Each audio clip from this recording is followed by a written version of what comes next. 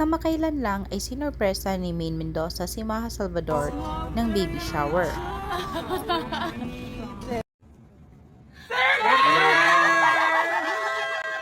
Sa katapusan ng Enero ay nag-gender reveal naman si Maha Salvador at Rambo Nunez, kung saan ay dinaluhan ng mga sikat na artista gaya ni Bea Alonzo at Catherine Bernardo.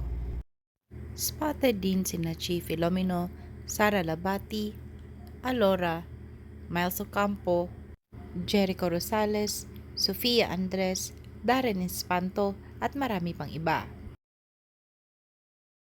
Hindi maitago ng couple ang kanilang excitement na sila ay magiging parents na, lalong-lalo na si Maha Salvador na natupad ang kanyang kahilingan na maipanganak ang kanyang baby sa Year of the Dragon katulad niya.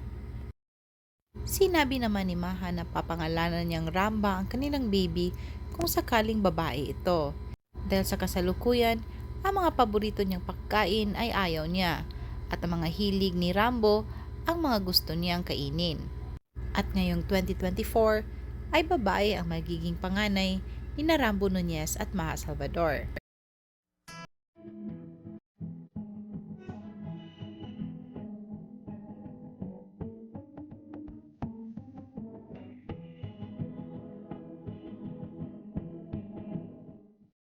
Hindi lang mga artista ang andoon sa B-Dragon gender reveal ni Maha at Rambo, kundi pati na rin ang kanilang mga ninong at ninang na sina Carlo Katigbak at Dr. Ivy.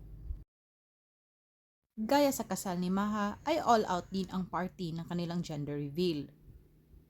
May mga palaro, inuman at walang katapusang tsikahan. Dahil hindi lang ito pagtipon-tipon para malaman kung ano ang gender ng kanilang baby, kundi para na rin itong reunion ng mga kaibigan nila at kapamilya.